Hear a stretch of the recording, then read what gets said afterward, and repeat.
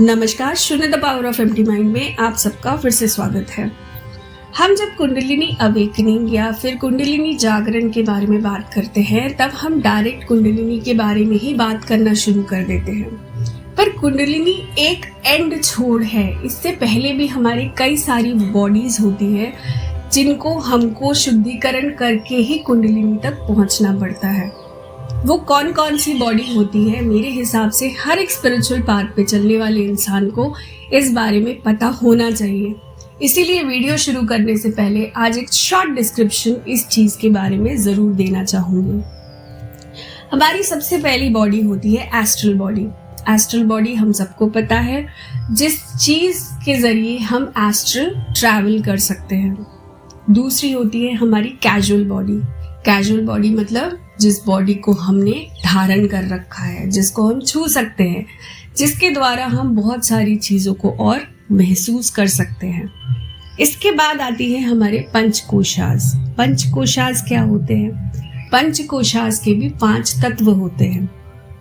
सबसे पहला होता है अन्नमय कोशा, दूसरा होता है प्राणमय कोशा, तीसरा होता है मनोमय कोशा, चौथा होता है विज्ञानमय कोशा और 5वां होता है आनंदमय कोशा।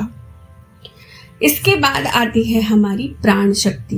प्राण शक्ति किसे कहते हैं? जब जिससे हम सांस को लेना और बाहर छोड़ना जारी रखते हैं। सांसों से हमारे प्राणों को शक्ति मिलती है, इसी वजह से हम इसको प्राण शक्ति बोलते हैं। इसके बाद आता है चक्रास। चक्रास के बारे में भी मोस्टली हम सभी जानते हैं।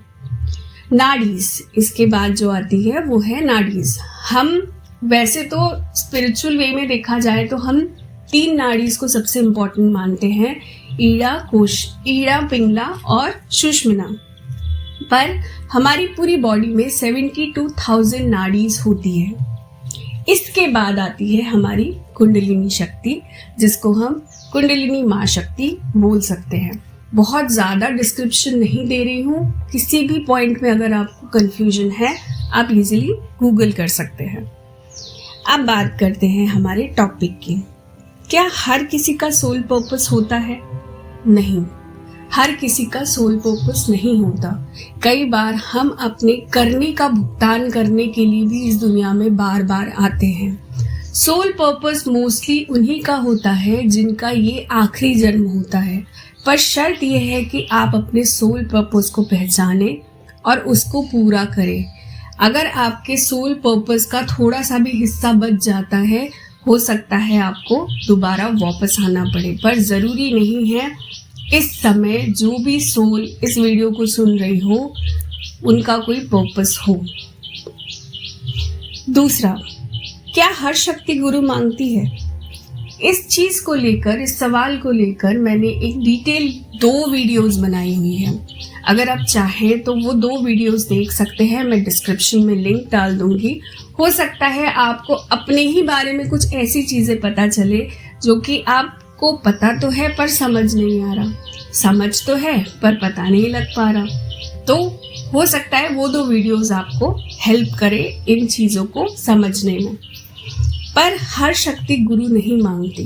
अगर आप किसी शक्ति के दूत के रूप में या फिर शक्ति के ही अंश के रूप में इस दुनिया में आए हैं तो वो शक्ति बचपन से ही आपके साथ चल रही होती है। और अगर आपको मेडिटेशन या फिर स्पिरिचुअल पाथ पे चले 4 से 5 साल हो चुके हैं, आपको किसी भी तरह की कोई दिक्कत नहीं आई, आप इजीली इस चीज़ में बढ़ते जा रहे हैं सिवाय अपने टेस्ट देने के, तो आपको गुरु की कोई आवश्यकता नहीं है। फिलहाल तो आप ऐसे ही आगे बढ़ते चले जाइए। आखिरी सवाल, आध्यात्मिक मार्ग पर चलने वाले लोग क्या स्पेशल होते हैं? आप अपने इर्द गिर्द देखिए, बहुत सारे लोग ऐसे होंगे दिन में न जाने कैसी कैसी बातें करते होंगे, किसी को बद्दुआ देते होंगे, किसी के बारे में कुछ गलत सोचने से उनको डर नहीं लगता, पशु पक्षियों के साथ वो गलत व्यवहार करते हैं। पशु पक्षी के साथ तो छोड़िए, लोगों के साथ भी वो गलत व्यवहार करते हैं। जो लोग स्पिरिचुअल पाथ पे आते हैं ना, वो कहीं ना कहीं इन सारी चीज़ों को कंट्रोल करते हैं। वो अपने कर्मों पर ध्यान देते हैं। धीरे धीरे ऐसा भी हो जाता है कि वो दिन में शायद 1-2 शब्द भी बोले तो भी बहुत बड़ी बात है। कितने ही टेस्ट्स ऐसे लोग देकर इसके बाद यहाँ पर आगे बढ़ते हैं या फिर आगे इस पाथ पे चलते हैं। तो क्या ऐसे लोग स्पेशल नहीं हुए? आप ही कमेंट करके ज़रूर बताइएगा मुझे। आशा करती हूँ आज की मेरी छोटी सी वीडियो से कुछ आपने नया ज़रूर सीखा होगा। चैनल को लाइक और सब्सक्राइब करना ना भूलें। फैमिली को बढ़ाते रहिए, अपना प्यार बरसाते रहिए। Thank you so very much.